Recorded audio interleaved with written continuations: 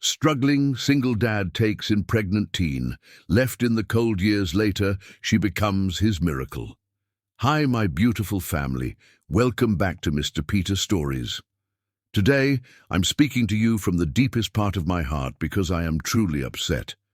I've been thinking about shutting down this channel. I work 16 to 18 hours a day, pouring my soul into every story, sacrificing my health, my time, and everything I have, just to bring you heartfelt, powerful content. But despite all this, I feel like most of my family members here are silent. YouTube isn't helping either. They keep pushing us down. And even though I've asked 1,000 times, many of you still haven't subscribed to your own channel, the real Mr. Peter Stories. Fake channels are using my name and voice.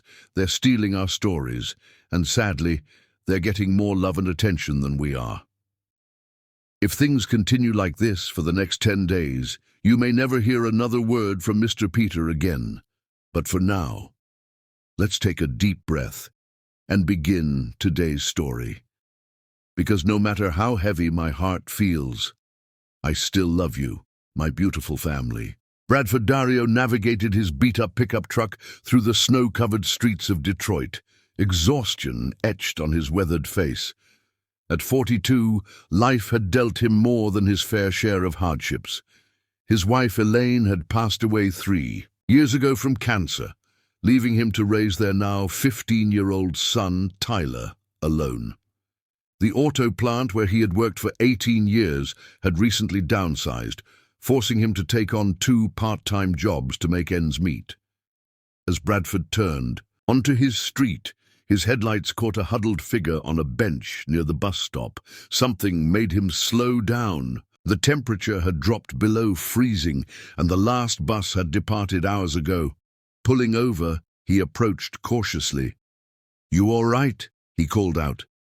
The figure looked up, revealing a young woman's face, tear-streaked and frightened. She couldn't have been more than 18. Her dark brown skin appeared ashen in the cold, her breath coming out in short, visible puffs. "I'm fine," she replied, though her trembling voice betrayed her. "It's 15 degrees out here. Where are you headed? Can I call someone for you?" She shook her head, clutching her oversized coat tighter. "There's no one to call." Bradford noticed how she protectively cradled her midsection. She was pregnant, at least 6 months along from what he could tell. "I'm Bradford. I live just down the block. I've got a warm house and a spare room. No strings attached, just a place to get out of this cold for tonight." The young woman hesitated, sizing him up. Bradford stood patiently, understanding her caution. Finally, desperation won out over fear. "I'm Iris," she said softly. "Thank you." Chapter 2. Broken pieces. Iris Storm woke disoriented, momentarily panicked by the unfamiliar ceiling above her. Sunlight filtered through lace curtains she didn't recognize, casting patterns on walls that weren't the dingy beige of her stepfather's house. The events of the previous night came rushing back. The bus stop, the stranger's kindness, the warm meal, and this small room with its neatly made bed and boxes of a dead woman's belongings. She sat up carefully, one hand instinctively, cradling her swollen belly where her daughter kicked vigorously, apparently wide awake. "Good morning to you too," Iris whispered, the first genuine smile in days crossing her face as she felt the baby move. Whatever else had gone wrong in her life, this little one remained her anchor, her reason to keep fighting when giving up. Would have been easier. The digital clock on the nightstand read 8:17 a.m. Iris had slept nearly 10 hours, her exhausted body finally surrendering to rest in this temporary sanctuary. She listened for sounds in the house, hearing only the distant hum of the heating system and the occasional creak of old floorboards settling. Bradford and his son must have already left for work and school. Iris pulled herself up, her body aching, with the new weight distribution that made even simple movements challenging.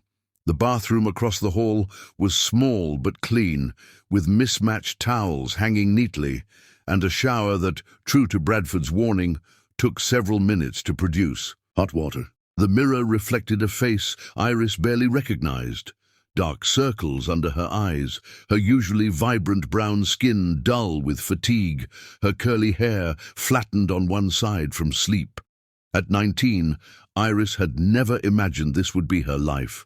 Just a year ago, she'd been a sophomore at Wayne State, maintaining a 3.8 GPA while working part-time at the university library. The future had seemed wide open.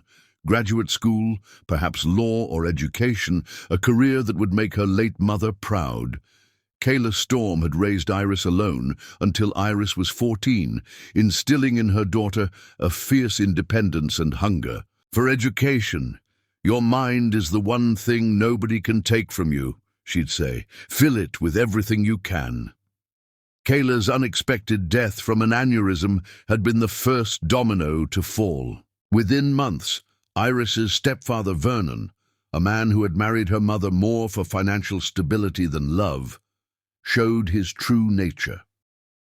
The grief counselor at school called it emotional abuse, but to Iris it was simply life, the constant criticism, the subtle undermining, the way he made their home feel like enemy territory. She had escaped to college, visiting home as rarely as possible, throwing herself into studies and work. Then came Marcus Jeffries, charming, ambitious, a third-year pre-law student who noticed her in the library and spent weeks convincing her to go out with him. Their relationship had moved quickly, intense, and all-consuming in the way only young love can be. When Iris discovered she was pregnant despite precautions, she'd been terrified, but certain they would face it together. Marcus had proven her wrong within 24 hours, backpedaling with breathtaking speed. "This isn't part of my plan," he'd said, as if her pregnancy were a scheduling conflict. "I can't be tied down with a kid. My future is set." He'd offered money for an abortion, and when Iris declined, he'd simply walked away, blocking her number and pretending she didn't exist when they passed on campus. By the time she began showing, keeping up with classes and work became impossible with the constant fatigue and morning sickness. Her grades slipped. Her scholarship, contingent on maintaining a certain GPA, was suspended. Without it, she couldn't afford tuition and housing for the spring semester. Returning to her stepfather's house had been a last resort. Vernon had agreed, with obvious reluctance, making it clear this was temporary charity, not familial obligation. For 2 months, Iris had endured his cutting remarks and barely concealed disgust at her condition. The final blow came yesterday morning when he'd announced he was engaged to a woman from his church who would be moving in the following week. "She has standards," Vernon had said, eyeing Iris's pregnant form with distaste, "and 3 kids of her own. There's no room for your situation here." "My situation?" Iris had repeated incredulously. "You mean your grandchild?" Vernon's laugh had been cold. "I'm not related to whatever's growing in there. Your mother made that mistake, not me. You have until Monday to figure something else out." The argument that followed had ended with Iris packing her backpack with essentials, her hands shaking with fury and fear as Vernon watched impassively from the doorway. "Your mother would be so disappointed," he'd said as she walked out. The words cut deeper than any physical blow.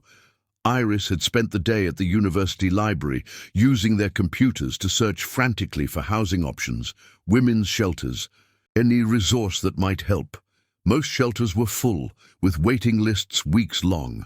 Student emergency housing required active enrollment. By evening, when the library closed, she had nowhere to go but that bus stop, hoping for a miracle she didn't believe would come. And then Bradford Dario had appeared, like some unlikely guardian angel in a battered pickup truck. Now, freshly showered, and dressed in the same clothes from yesterday, the only ones she had, Iris made her way downstairs. The house was quiet but lived in, with the comfortable clutter of a household more focused on survival than aesthetics. Photos adorned the walls, chronicling Tyler's growth and the presence of the woman now absent. Elaine, Bradford had called her. In every picture she radiated warmth, her arm often slung around Bradford's shoulders or her hand resting on Tyler's head. In the kitchen, Iris found a note propped against the coffee maker. Help yourself to anything in the fridge. Coffee's ready, just hit the switch. Back around 3:30. Bradford.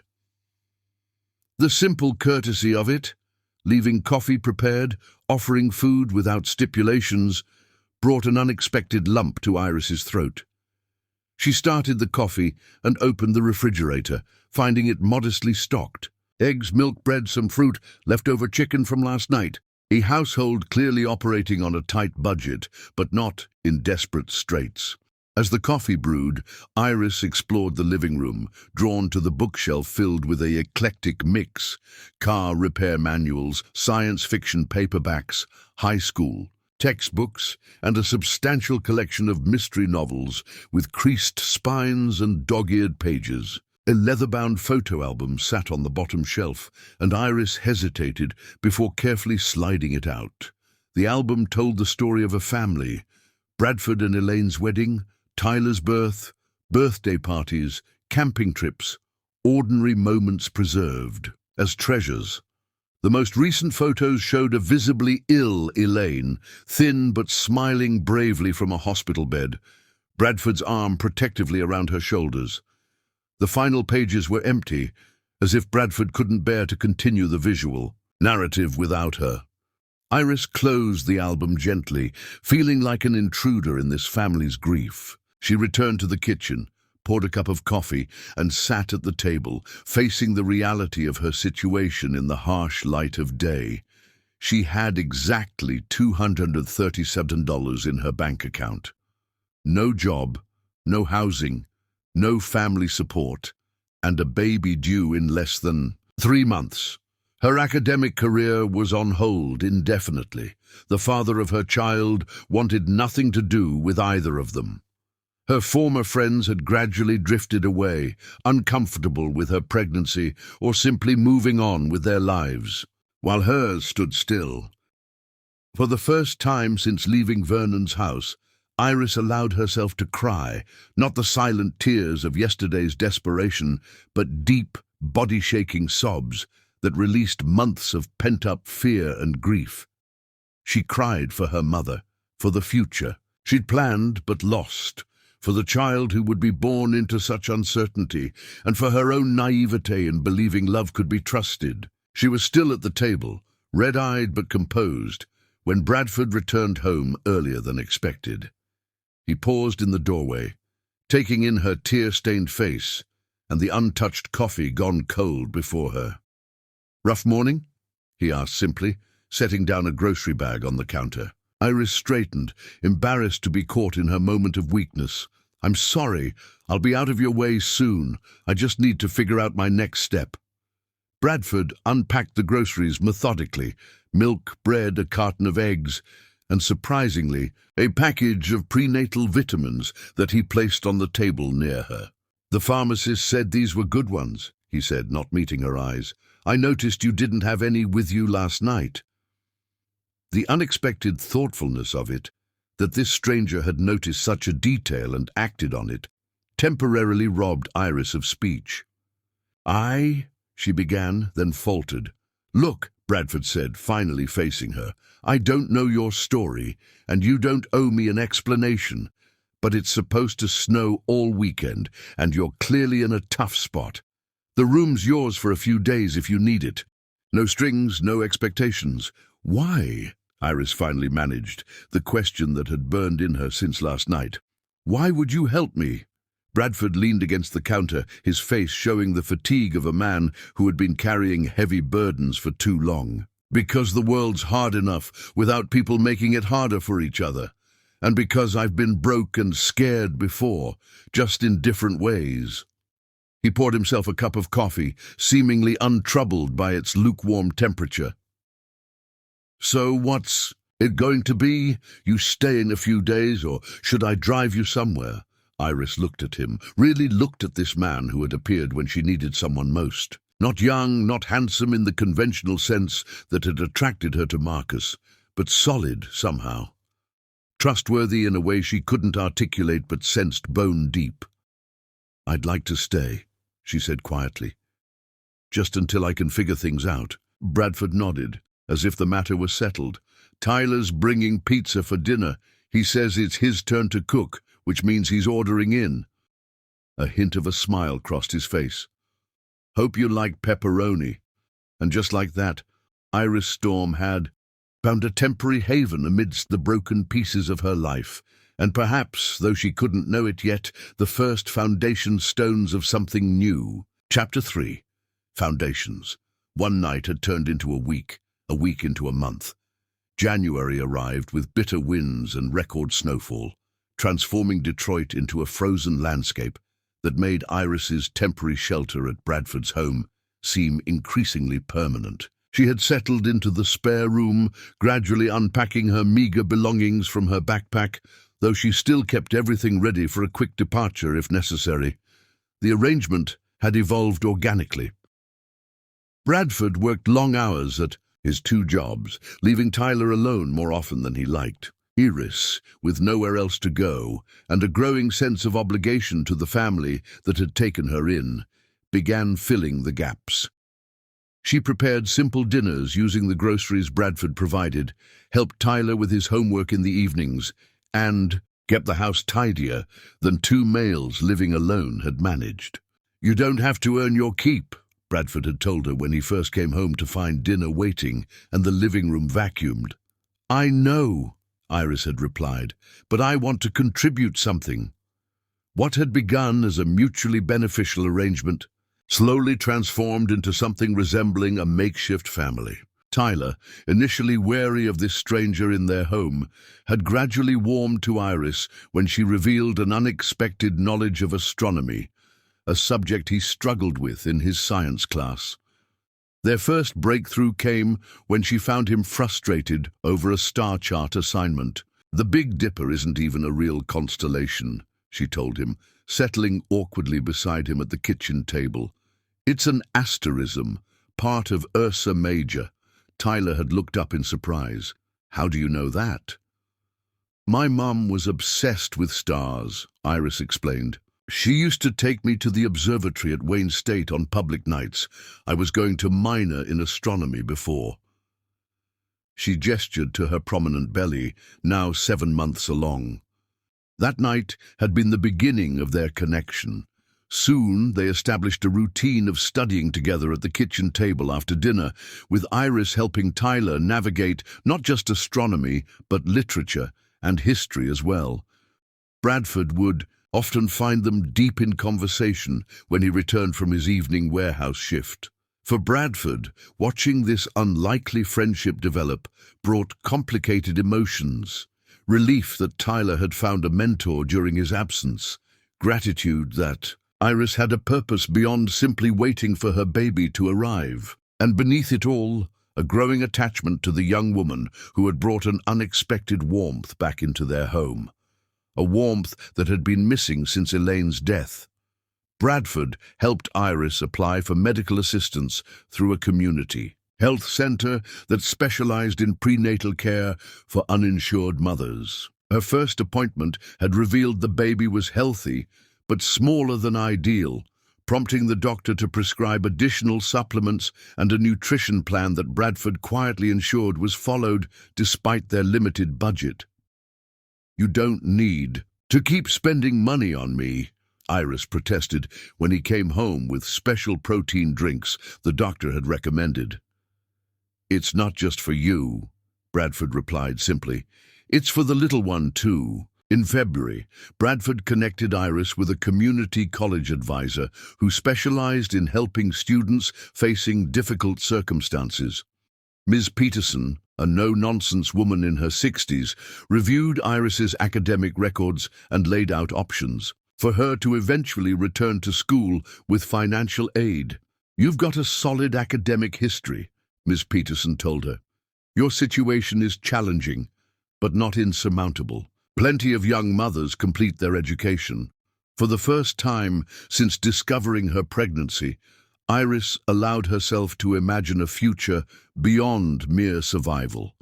A future where she finished her degree, provided for her child, and built a life independent of charity or temporary solutions. That evening, she shared this renewed hope with Bradford as they sat at the kitchen table long after Tyler had gone to bed. "Miss Peterson thinks I might qualify for a special program that includes childcare," she explained, unable to keep the excitement from her voice. "I could start classes again in the fall, maybe just part-time at first." Bradford smiled, genuinely, pleased for her. "I never doubted you'd find your way back." Iris studied him in the dim light, this man who had become so unexpectedly central to her life. At 42, Bradford Dario was not handsome in the conventional sense that had once attracted her to Marcus. His face was weathered, lined at the eyes and mouth from years of hard work and harder grief.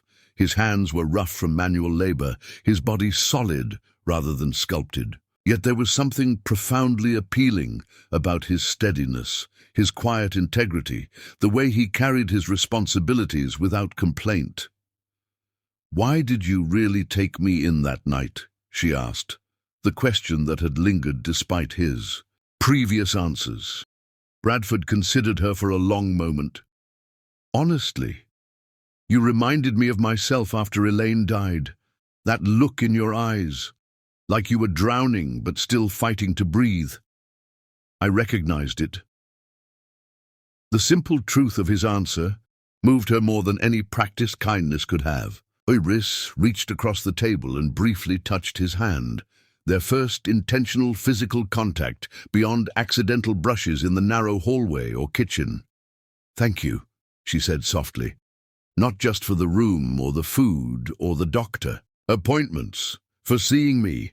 Something shifted between them in that moment, too subtle to name but significant enough that both felt it. Bradford withdrew his hand first, clearing his throat slightly. "Getting late," he said.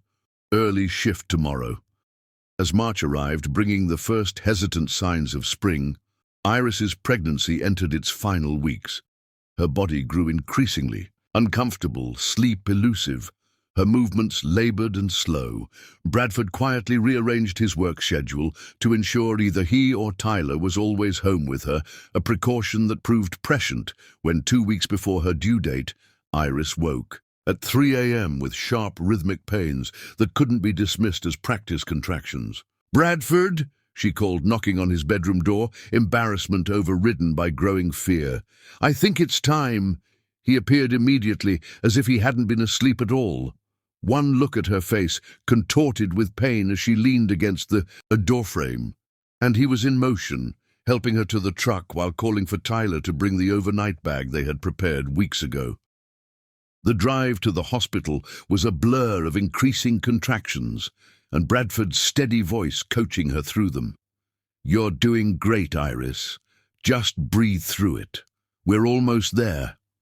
In the delivery room, when the monitors began blaring, alarms and medical staff rushed in with urgent expressions, it was Bradford who refused to leave her side, despite nurses' attempts to usher him out. "Her blood pressure's dropping," Iris heard someone say, as if from a great distance. "We need to move now. The baby's heart rate is decelerating," another voice announced. Through the haze of pain and mounting terror, Iris felt Bradford's hand close around hers. "I'm right here," he promised. "I'm not going anywhere." As they wheeled her toward the operating room for an emergency C-section, Iris clung to that promise more desperately than she'd ever held onto anything in her life. In that moment of crisis, Bradford Dario wasn't just her landlord or reluctant benefactor. He was her lifeline, the only stable point in a world suddenly spinning out of control.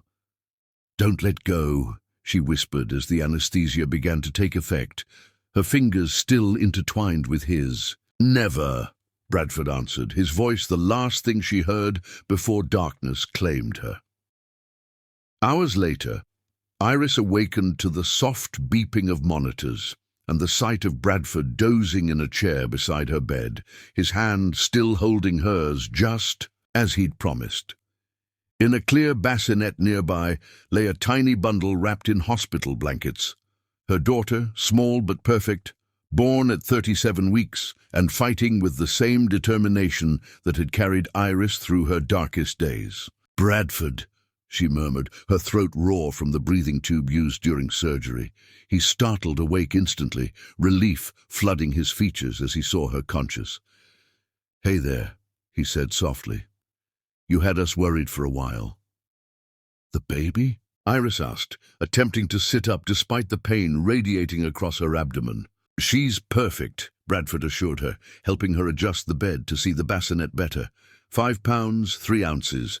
The doctors say she's healthy, just a little small. Strong lungs, though. She let everyone know she had arrived. Tears filled Iris's eyes as she looked at her daughter's tiny face, so peaceful in sleep. "I need to hold her."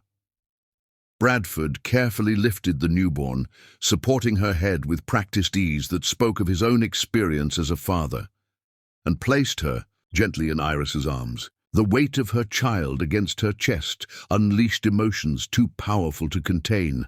Love and fear and wonder all mingled together as Iris traced a finger over impossibly small features.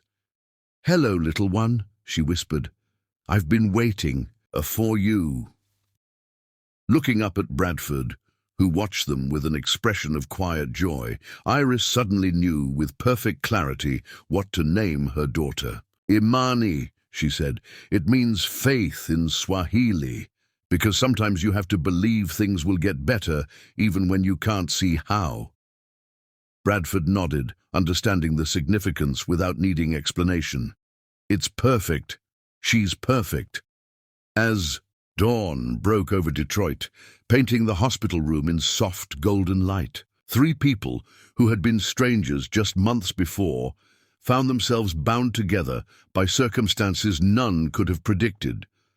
A single father who had opened his home to a pregnant teenager, a young woman who had found refuge when she needed it most, and a newborn baby who represented both the end of one chapter and the beginning of another. None of them could know what the future held, but in that moment, as Imani wrapped her tiny hand around Bradford's finger while nestled in Iris's arms, the foundations of something extraordinary were already taking shape. Chapter 4. Growing Pains. 2 years had transformed the Dario household into something resembling a family, though none of them had ever officially named what they had become. Bradford was now 44, Iris 21, and Tyler had entered his senior year of high school. Imani had grown from a fragile newborn into a spirited toddler whose laughter echoed through the once quiet house. Bradford had been promoted to floor supervisor at the warehouse, allowing him to cut back to a single job with better hours and benefits. And Iris had completed her associate's degree in early childhood education, finding part-time work at a daycare center that allowed her to bring Imani along. The morning routine had settled into comfortable familiarity, Bradford preparing breakfast while Iris got Imani dressed, Tyler gulping down coffee before rushing off to school. The chaotic dance of 4 people sharing a modest bathroom and kitchen somehow worked, a choreography they had perfected through trial and error. "Imani, please eat your banana," Iris urged as she attempted to wrangle her daughter's wild curls into tiny barrettes. At 2, Imani had developed both her mother's beauty and a stubborn streak that tested everyone's patience. "No, Nana," the toddler declared firmly, pushing the fruit away. "Want bacon?" Bradford slid a small piece of bacon onto her plate without comment, earning a grateful smile from Iris.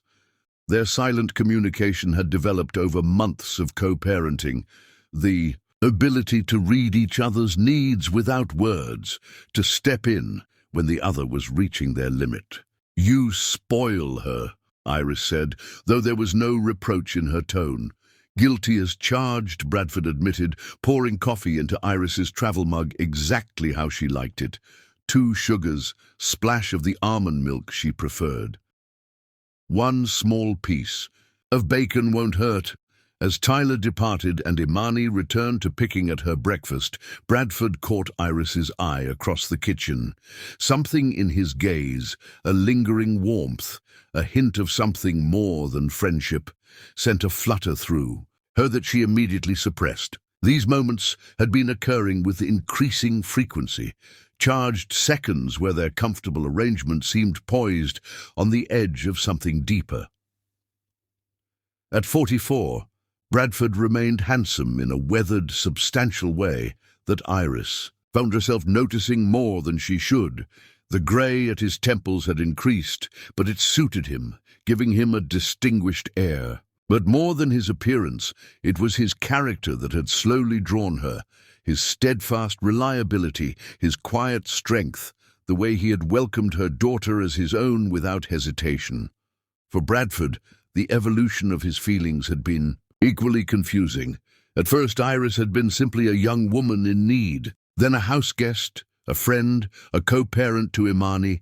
But somewhere during those midnight feedings, during the quiet conversations after the children were asleep, during the small domestic moments of cooking side by side, she had become essential to him in ways he hadn't anticipated. He noticed everything about her, the way she tucked her hair behind her ear when concentrating, her habit of humming old Motown songs while washing dishes, the fierce intelligence that shone through her academic work. At 21, she was finding her way back to the ambitious plans that pregnancy had interrupted, but the 23-year age gap between them created boundaries neither dared to cross.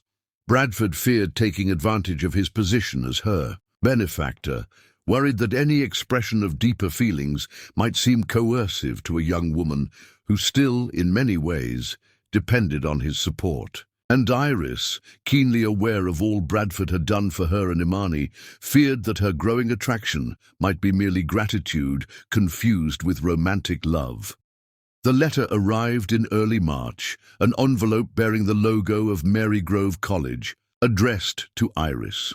Bradford recognized it immediately as the school she had applied to for her bachelor's degree program, a small private college known for its education department.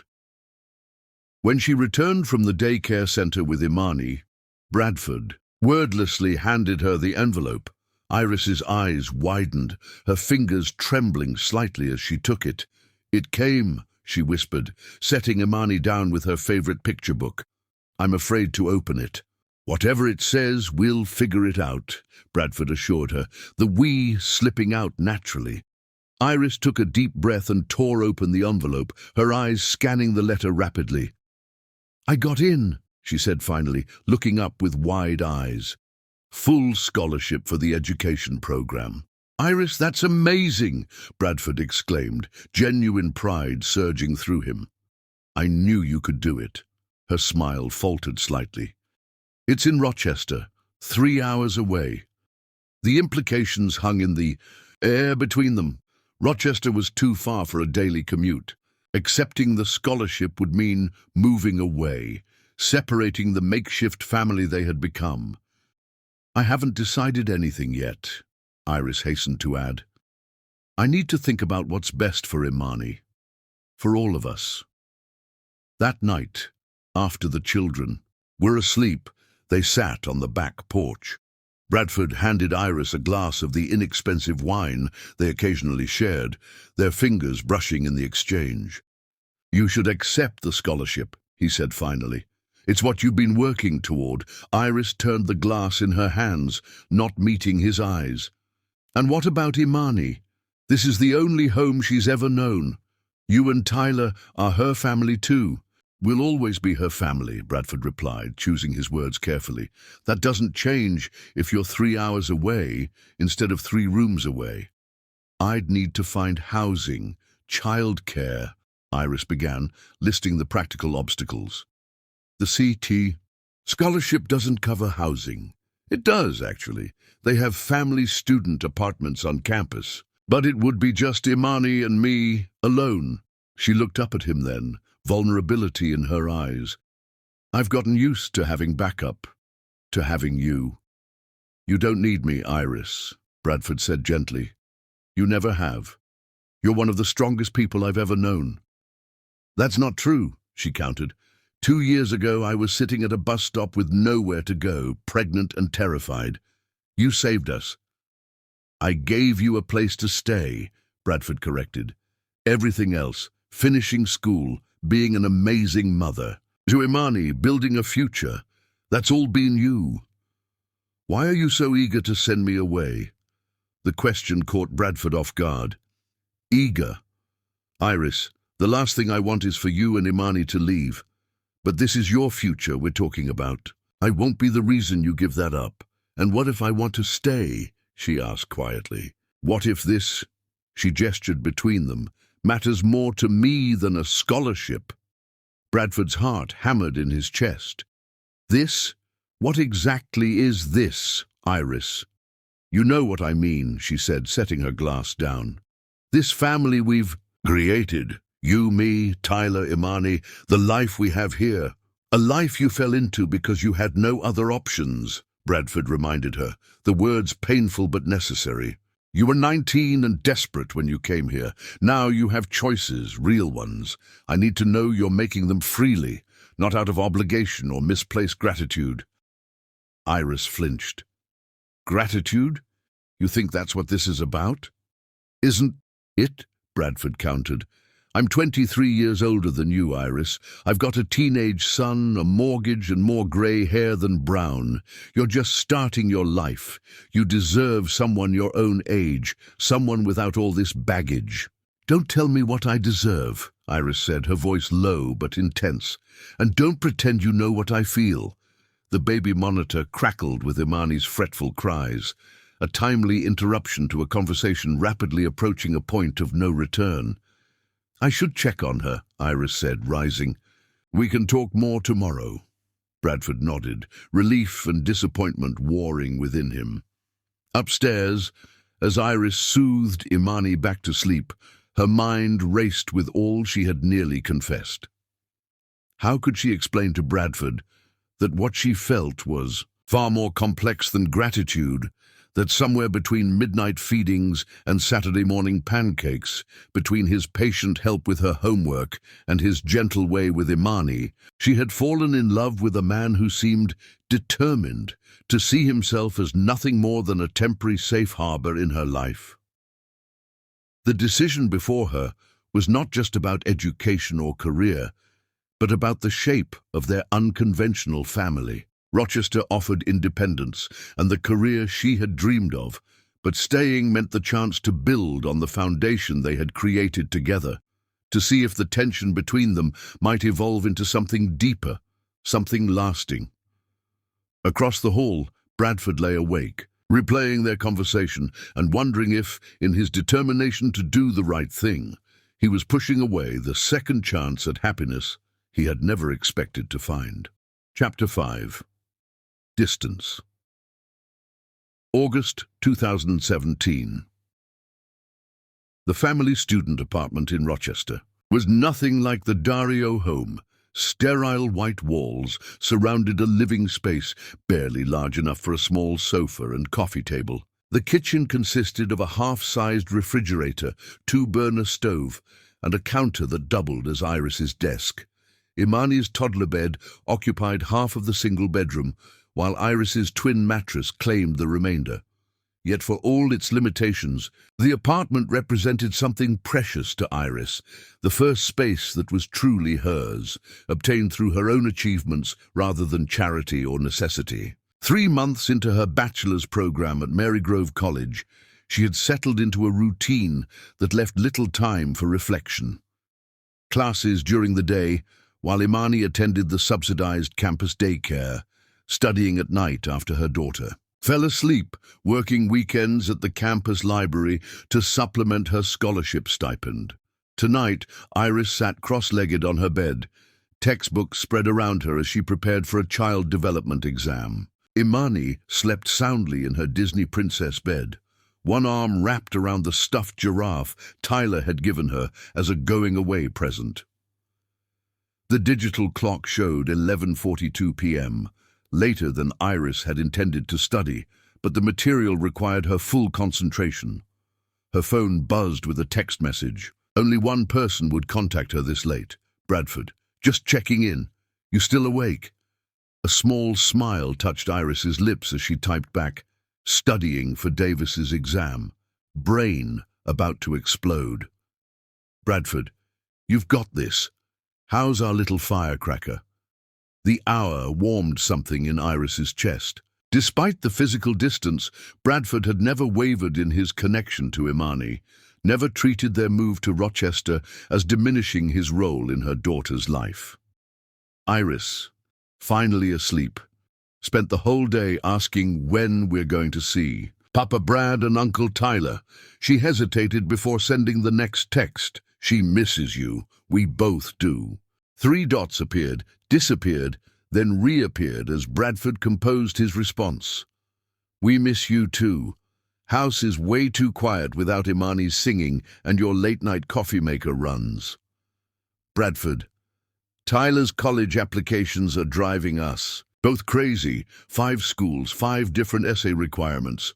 Iris, tell him to call me if he wants help editing. I've gotten pretty good at academic writing. Bradford, I will. How are you really doing? Not just Imani, not just classes. The question hung on her screen, deceptively simple, yet loaded with meaning. How was she really doing? Physically, she was exhausted. Emotionally, that was more complicated. Iris, honestly, some days are harder than others. I know I made the right choice coming here, but sometimes I wonder what would have happened if I'd stayed. She sent the message before she could reconsider, her late-night fatigue lowering the careful barriers she usually maintained. In their communications, Bradford's response was slow in coming. I wonder that too. The simple admission made Iris's heart rate quicken. Since her departure 3 months ago, they had maintained a careful friendship, focused primarily on Imani and practical matters. Neither had referenced their last conversation. On the porch, when unspoken feelings had nearly surfaced, Iris's fingers hovered over the screen, unsure how to respond. Before she could decide, another text arrived. Bradford, sorry, it's late. You should get some sleep before your exam. The moment had passed. The door once again closed before either could step through it. Iris, you're right. Good night, Brad. Bradford, good night, Iris. Tell Imani Papa Brad sends a big hug in the morning. Iris set her phone aside and gathered her textbooks, knowing sleep would be elusive now despite her exhaustion. The brief exchange had stirred up all the questions that haunted her quiet moments. Had she made the right choice? Was the education worth the separation from the support system they had built? And most persistent of all, what exactly did Bradford, Dario feel for her beyond their shared commitment to Imani? November 2017. The first visit came 3 months after their move. Bradford and Tyler arrived on a Friday evening, their truck loaded with small furniture items and toys Iris hadn't been able to fit in her initial move. Imani had spotted them from the apartment window and erupted into unprecedented excitement, jumping up and down and screaming, "Papa Brad, Uncle Ty," with such volume that Iris was certain the entire building heard. Bradford had scooped Imani up. The moment Iris opened the door, swinging the toddler into the air as she shrieked with delight. "There's my girl," he exclaimed, his face transformed by joy as Imani showered him with sloppy kisses.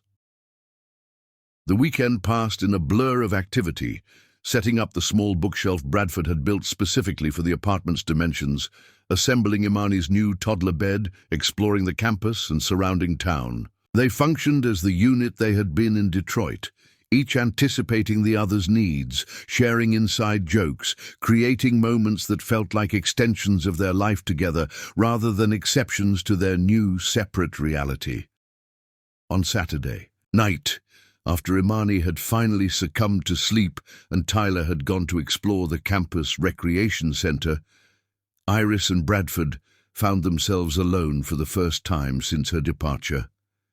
They sat on opposite ends of her small sofa, mugs of tea in hand. "The apartment looks good," Bradford offered, glancing around at the modest space Iris had made cozy with colorful throws, framed photos, and Imani's artwork taped to the refrigerator. "You've made it home." "It's getting there," Iris agreed. "Imani adjusted faster than I expected. Kids are resilient." Bradford smiled, though something wistful lingered in his expression. How are classes? Challenging but good. My education psychology professor wants me to consider the graduate program after I finish my bachelor's. Says I have a natural aptitude for research. Pride brightened Bradford's features. That doesn't surprise me at all. You've always been the smartest person in the room. Iris laughed softly. Hardly, but I'm enjoying the work more than I expected. A comfortable silence settled between them, broken only by the hum of the small refrigerator and distant student voices from the apartment complex courtyard. Iris studied Bradford covertly, noting the new lines at the corners of his eyes, the slightly deeper grey at his temples. 3 months had changed him subtly, as it had changed her. Tyler seems good, she offered. More confident. He's coming into his own, Bradford agreed. The college applications have been stressful, but he's handling it better than I am. He's got his heart set on Michigan State's music program. He'll get in, Iris said with certainty. His talent is undeniable. Bradford's smile faltered slightly. It's expensive, even with scholarships. I've been picking up extra weekend shifts to build up his college fund. Concern furrowed Iris's brow. You're already working so much, Brad. The nickname slipped out, naturally, her private shortening of his name that had evolved during late nights with Imani. Few people called Bradford anything but his full name, his personality somehow demanding the more formal address. But Brad had become Iris's alone. I'm fine, he assured her, just tired sometimes. Impulsively, Iris reached across the sofa to cover his hand with hers. You don't have to carry everything yourself, you know. Bradford looked down at their joined hands, his much larger than hers, weathered where hers was smooth. Old habits, he said softly. Elaine always said I had a hero complex. Not a complex, Iris corrected, just who you are. Their eyes met, and in that moment, the careful distance they had maintained crumbled slightly. Bradford turned his hand to interlace his fingers with hers, the simple gesture somehow more intimate than any words could have been. Iris, he began, his voice lower than usual. The apartment door burst open as Tyler returned, breathless and excited about the rock-climbing wall he'd discovered at the recreation center. The moment shattered, Bradford gently disengaging his hand from Iris's as Tyler launched into an enthusiastic description of his adventure. That night, as Iris lay awake listening to Bradford's soft snores from the sofa where he slept, she wondered what he had been about to say and whether they would ever find the courage to finish that conversation. February 2018. The pain of separation intensified as winter deepened. Monthly visits became their norm, alternating between Bradford and Tyler, coming to Rochester and Iris taking Imani back to Detroit. Each reunion brought joy. Imani's excitement never dimmed, her bond with Papa Brad and Uncle Tyler remaining strong. Each departure brought a peculiar grief that lingered for days afterward. The strain began to show in subtle ways. Iris found herself snapping at minor frustrations during phone calls. Bradford grew quieter, his texts shorter and less frequent. The distance wasn't just physical, it was emotional, a widening gap neither knew how to bridge. During one particularly difficult week in February, after Imani had fallen ill with a high fever that required an emergency room visit in the middle of the night, Iris found herself sobbing alone in her bathroom at 3 a.m., overwhelmed by the reality of facing such crises without Bradford's steady presence. Though she hadn't called him, Bradford sensed something was wrong when he couldn't reach her the next day. By evening, he had driven through a snowstorm to appear at her door, concern etched on his face. "How did you know?" Iris asked, collapsing into his embrace, the stress of the past 24 hours finally breaking her composed facade. "I just knew," he replied simply, holding her close as she cried. You didn't answer your phone, and something felt wrong. He stayed for 3 days, caring for Imani while Iris caught up on missed classes. Neither spoke about the deeper implications of his impromptu visit, how he had abandoned work responsibilities to be there, how naturally they fell back into their partnership during crisis, how empty the apartment felt when he finally had to return to Detroit. The incident marked a turning point, forcing them to acknowledge that their careful arrangement of monthly visits and daily texts wasn't sufficient. The emotional toll of their separation was affecting them all, creating a tension that threatened the very connection they were trying to preserve. April 2018, during one visit back to Detroit in early spring, as Imani played in the backyard under Tyler's watchful eye, Iris found Bradford in the kitchen preparing lunch, moving with the easy confidence of a man in his own domain. "Need any help?" she offered, sliding onto a bar stool at the counter. Bradford glanced up with a warm smile. "I've got it under control, unless you've suddenly developed culinary skills in Rochester." Iris laughed, the familiar teasing warming her. "Ramen noodles have become my specialty, much to Imani's dismay." "Poor kid," Bradford chuckled. "Good thing we send those care packages." The bi-weekly packages had become another tradition. Boxes containing Imani's favorite snacks, children's books Bradford found at second-hand stores, small necessities Iris might not be able to afford on her tight budget, and always a handwritten note from both Bradford and Tyler. "She sleeps with that blanket you sent every night," Iris said, referring to the soft purple fleece embroidered with Imani's name that had arrived on her daughter's 3rd birthday. "Says it smells like home." Something flickered in Bradford's eyes, pain or longing, perhaps both. "This will always be her home. You know that, right?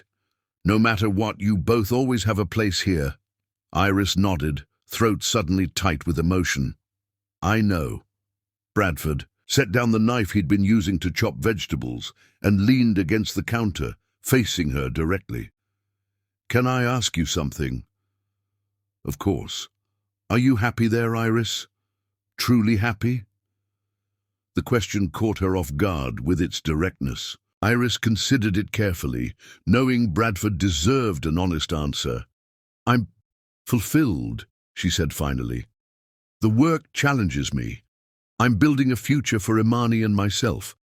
But happy." She shook her head slightly. "Not completely. There's always something missing." Bradford held her gaze, the unspoken question in his eyes, inviting elaboration. "You," Iris said simply, the word barely audible. "Both of you. This." She gestured around the kitchen, the home that had sheltered her when she had nothing. "I've built a life there, but it doesn't feel whole without this family." Bradford's expression softened, vulnerability replacing his usual stoic demeanor. "We feel it too. The house is just a house without you and Imani. Tyler checks the calendar every day, counting down to your visits." "And you?" Iris asked, heart pounding. Bradford began, but the back door burst open as Tyler and Imani returned from the yard, the toddler clutching a fistful of dandelions and demanding Bradford put them in water immediately. The conversation remained unfinished, joining the growing collection of almost moments between them, opportunities for honesty interrupted by the very family dynamics that bound them together. May 2018 A's. Her first year at Marygrove drew to a close. Iris faced the decision she had been avoiding, whether to remain in Rochester for the summer or return to Detroit for the break. Academically, staying made sense. She could take additional courses, accelerating her program completion. Financially, remaining in the subsidized apartment was more practical than relocating temporarily. But standing in the family student apartment, watching Imani play with the photo of her family that occupied pride of place beside her bed, a candid shot of Bradford, Tyler, Iris and Imani at a park the previous fall, Iris suddenly knew what her decision would be. Some distances were measured in miles, others in opportunities delayed or sacrificed, but the distance that mattered most was the one between hearts, and that, Iris was beginning to understand, could be the most challenging to navigate of all. Chapter 6. Crisis. The call came during Iris's final semester at Marygrove. She was in the library, researching her capstone project, when her phone vibrated with Tyler's number. "Tyler?" she answered, keeping her voice low. "Everything okay?" "Iris." His voice trembled with barely controlled panic. "It's Dad. There's been an accident at the warehouse." The world tilted beneath her. "How bad?" "Bad. Machinery malfunction. His leg—" Tyler's voice broke. "They've taken him to Detroit General. I'm on my way there now." Iris was already packing her books, mind racing. "I'm coming. I'll get Imani from daycare and drive down immediately." "You don't have to—" "Yes, I do," she cut him off firmly. "We'll be there tonight." The 3-hour drive to Detroit was the longest of Iris's life. 4-year-old Imani sensed her mother's tension, despite Iris's attempts to remain calm, growing unusually quiet in her car seat. The only sound was the GPS, occasionally directing them and Iris's frequent calls to Tyler for updates. By the time they reached Detroit General, Bradford had been in surgery for over 2 hours. Iris found Tyler in the surgical waiting room, pale and disheveled, looking suddenly younger than his 18 years. "Tyler," she called, rushing toward him with Imani on her hip. He looked up, relief washing over his features as Iris wrapped her free arm around him. "You came," he whispered. "Of course we came." She guided him back to his seat, settling Imani on her lap. "Tell me what happened." Tyler recounted what little he knew. A conveyor system had malfunctioned, crushing Bradford's right leg between metal components. His supervisor had called Tyler from the ambulance, explaining that Bradford had remained conscious despite severe blood loss and pain. "The doctor said they're trying to save his leg," Tyler concluded, his voice hollow. "But they're not sure if they can." Iris's heart constricted. Bradford was the most physically capable person she knew. Strong, always in motion, supporting everyone around him. The thought of him permanently disabled seemed impossible to reconcile with the man who had carried Imani on his shoulders, who had worked double shifts without complaint, who had always been the family's foundation. "Uncle Ty's sad," Imani observed solemnly, patting Tyler's face with her small hand. "I'm sad, Squirt," Tyler admitted, attempting a smile for her benefit, "but I'm better now that you're here." The surgery lasted another 3 hours. When the doctor finally emerged, his expression gave nothing away as he approached them. "Family. Of Bradford Dario?" "Yes," Iris and Tyler answered simultaneously, rising to meet him. The surgeon studied them briefly, perhaps wondering about their relationship to the patient, but proceeded without questioning. "Mr. Dario made it through surgery. We were able to save the leg, but there's significant damage to the muscle and vascular structure. He has a long recovery ahead, with no guarantees of full mobility."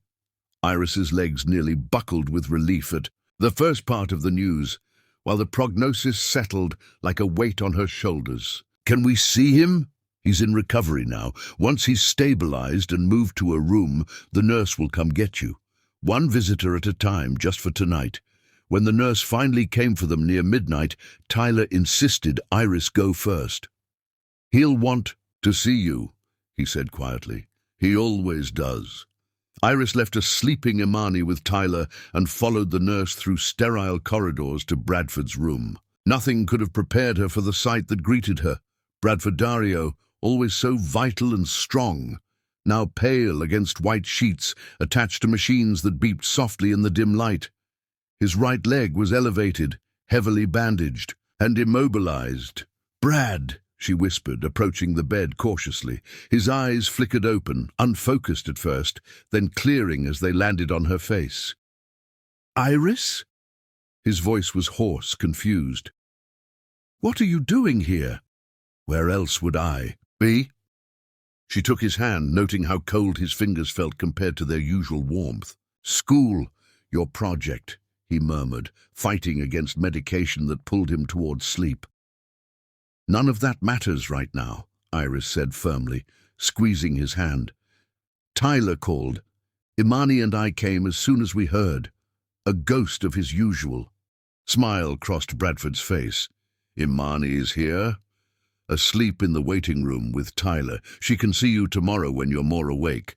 Bradford's eyes drifted closed, then opened with visible effort. "You shouldn't have left school. Your finals." "Stop," Iris interrupted gently. "Don't tell me what I should have done. Did you really think anything could keep me away?" His fingers tightened weakly around hers. "The doctor says, might not walk right again." "Then we'll deal with that," Iris replied, the "we" coming naturally. "But right now you just focus on healing. Everything else can wait."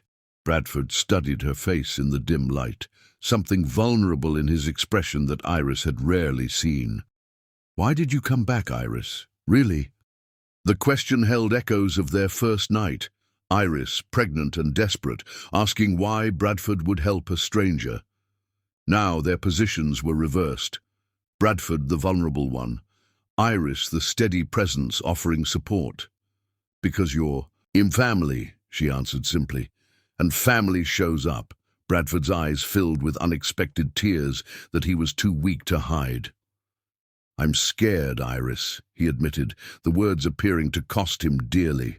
"What if I can't work, can't support Tyler?" "Then we figure it out together," Iris promised, brushing the hair from his forehead with gentle fingers. "Just like you did for me when I had nothing. Let me be strong for you now." He drifted to sleep with her hand still in his. The machines, keeping steady rhythm in the quiet room. In the days that followed, Iris took control with a competence that surprised even her. She arranged a leave of absence from school just months before her graduation. She navigated insurance paperwork, coordinated with doctors, set up Bradford's home for his eventual return. When Tyler panicked about missing school days, Iris created a schedule that allowed him to attend classes while ensuring someone was always with Bradford. "You don't have to do all this," Bradford told her a week after the accident, watching as she efficiently organized his medication schedule. "I know I don't have to," Iris replied, not looking up from her task. "I want to."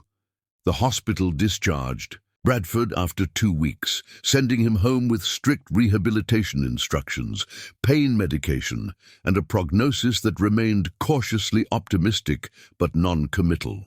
The first day home revealed challenges they hadn't anticipated.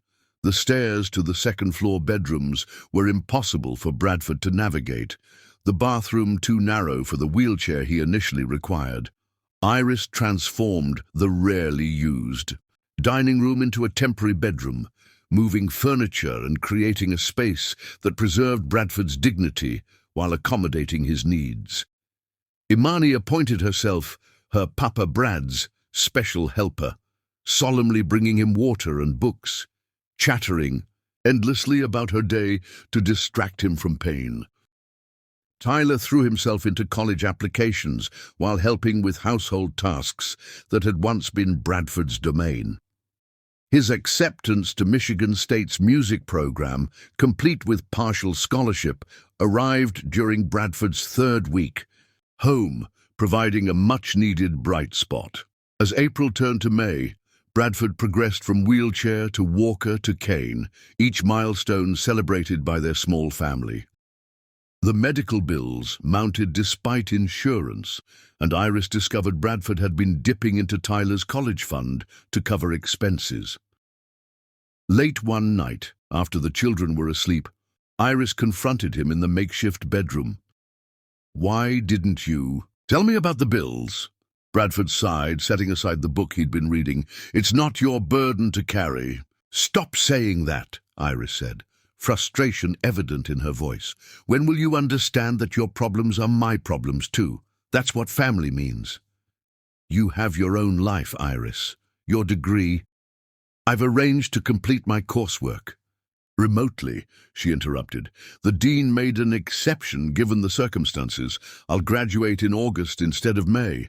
Bradford stared at her, stunned. You did that without telling me? Yes, Iris said simply, because I knew you'd try to talk me out of it. Of course I would. You can't put your future on hold for me. I'm not putting anything on hold, Iris countered. I'm choosing what matters, most right now. And that's being here, helping you heal, making sure Tyler gets to college without debt, and giving Imani stability. Bradford shook his head, a conflict of emotions playing across his face. I never wanted to be your responsibility. Iris sat on the edge of the bed, meeting his gaze directly. And I never wanted to be yours, but you took me in anyway. Why is it so hard for you to accept the same kindness you've shown others? The question hung between them, cutting to the heart of Bradford's struggle. Finally he spoke, his voice low and honest. Because I'm supposed to be the one who takes care of people, not the other way around. Says who? Iris challenged gently. That's not how love works, Brad. It's not a one-way street. The word, love, slipped out naturally, hanging in the air between them. Neither acknowledged it directly, but something shifted in Bradford's expression, a softening, a surrender. So, what now? He asked quietly. Iris took his hand, her small, fingers intertwining with his larger ones. Now we do what we've always done. We take care of each other. In that moment, with their hands joined and honesty finally breaking through Bradford's walls, the crisis that had threatened to separate them instead became the catalyst for a deeper understanding, one that would ultimately transform their relationship in ways neither could yet fully comprehend. Chapter 7. Revelations, July 2018. Summer arrived with unusual heat, transforming Detroit into a shimmering landscape of baked concrete and sweltering nights.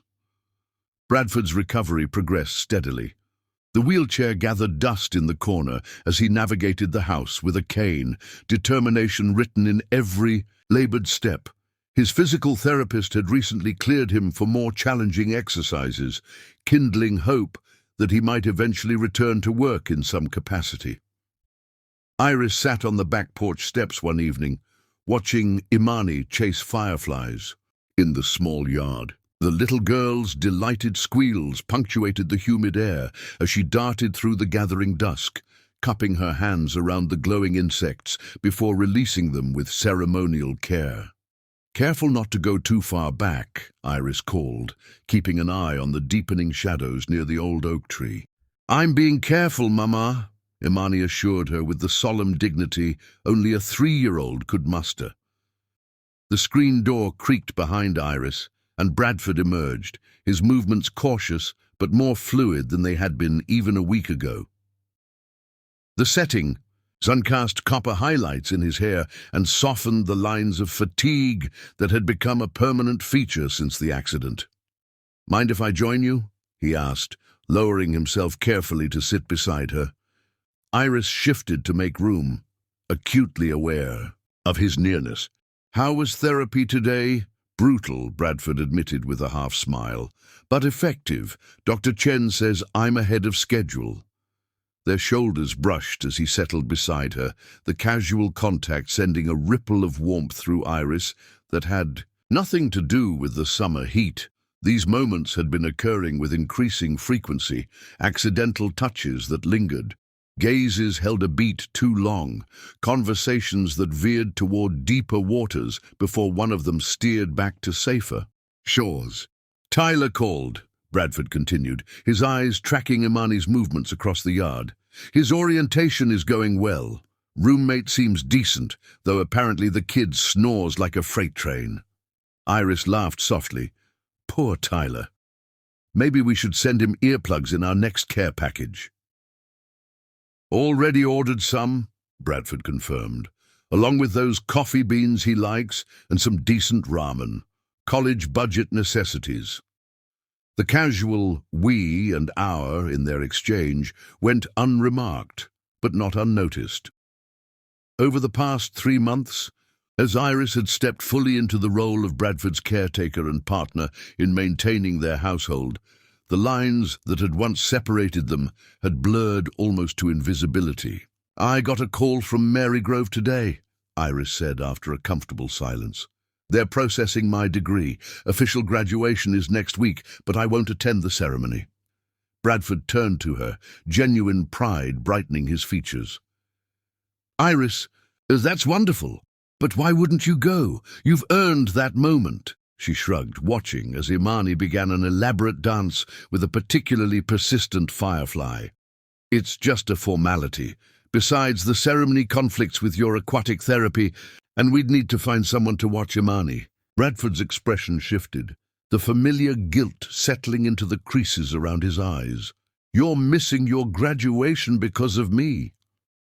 "I'm choosing not to attend an optional ceremony," Iris corrected firmly.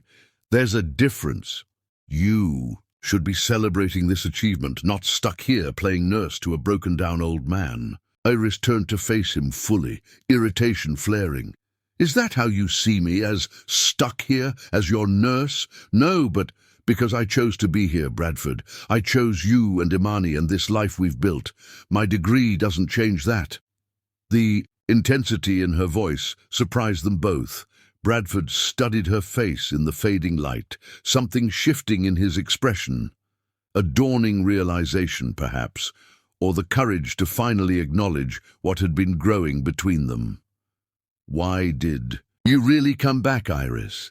he asked softly, echoing the question he'd asked in the hospital months earlier. "You had a future in Rochester, opportunities, independence."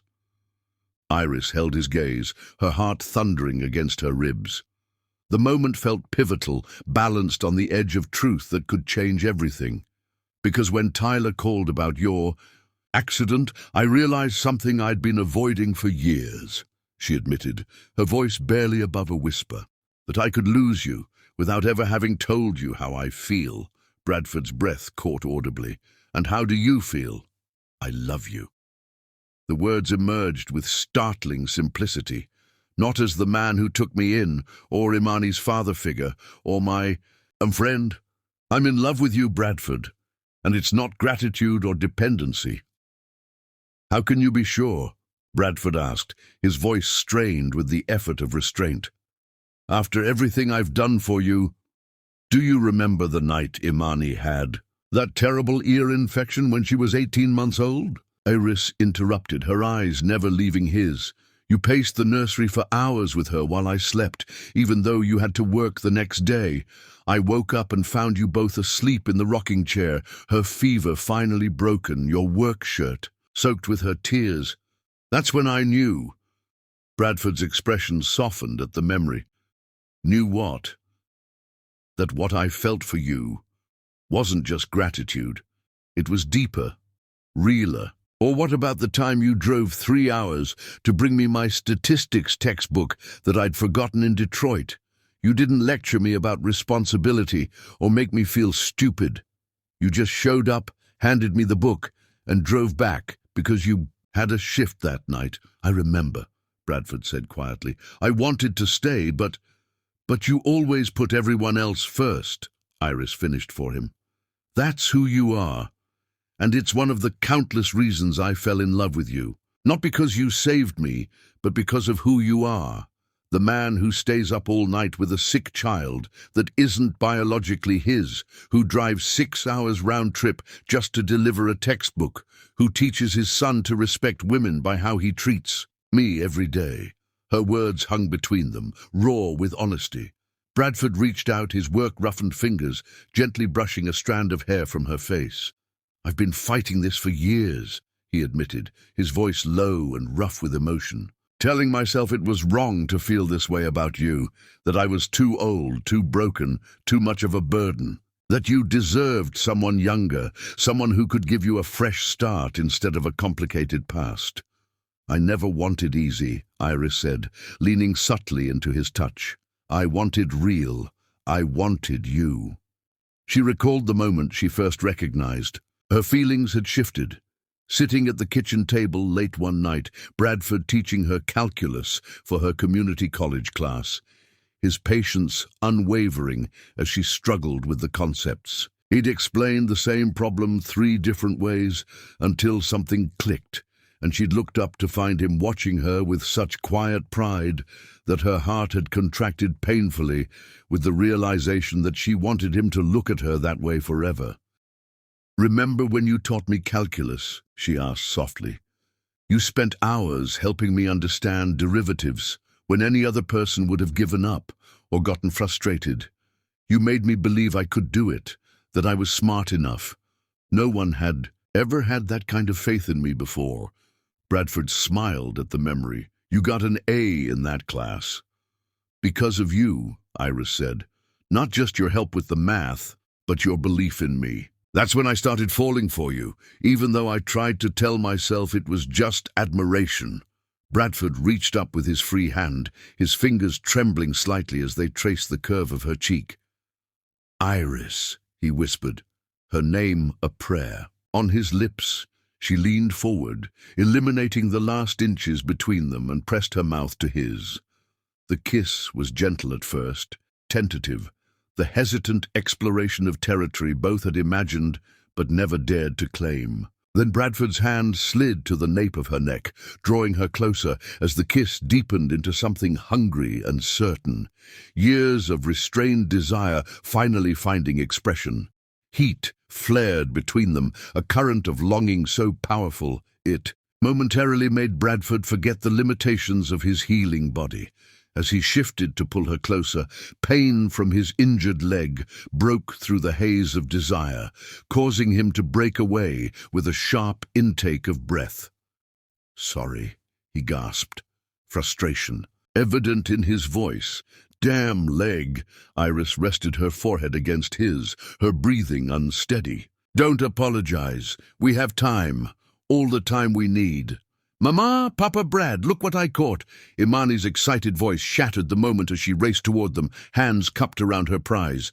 They separated slightly, but Bradford kept his fingers intertwined with Iris's as they turned their attention to the little girl who had, in many ways, been the bridge between them from the beginning. "What did you find, sweetheart?" Bradford asked, his voice still husky from their interrupted kiss. Imani carefully opened her hands to reveal a particularly large firefly, its abdomen pulsing with golden light. "It's the king of the fireflies," she announced with absolute certainty. "He told me he wants to live in our house with us." "Did he now?" Iris smiled, meeting Bradford's gaze over their daughter's head. "Well, we should probably release His Majesty. Back to his kingdom. Firefly kings need to be free." "But he likes us," Imani protested. "He wants to stay in our family." Bradford gently closed the little girl's fingers around the insect again. "Sometimes the kindest thing we can do for those we care about is let them go when they need to fly," he explained, his words carrying a weight Imani couldn't possibly understand. "But that doesn't mean they won't come back to us." Imani considered this wisdom with serious contemplation before nodding. With ceremonial gravity, she released the firefly, watching as it rose into the darkening sky, its light pulsing like a farewell signal before joining the constellation of its fellows among the trees. "He'll come back," she declared confidently, climbing onto Bradford's lap without regard for his injured leg. Bradford winced slightly, but adjusted to accommodate her weight, wrapping one arm around the child while keeping his other hand firmly linked with Iris's. "I believe he will," he agreed, his eyes never leaving Iris's face. Later that night, after Imani was tucked into bed with stories and kisses, Iris found Bradford in his temporary bedroom, struggling to manage his evening physical therapy exercises alone. "Let me help," she offered, kneeling beside him to support his leg through the prescribed stretches. Bradford surrendered to her assistance, watching her face as she worked with gentle efficiency. "We should talk about what happened earlier," he said finally. Iris met his gaze, her hands stilling on his leg.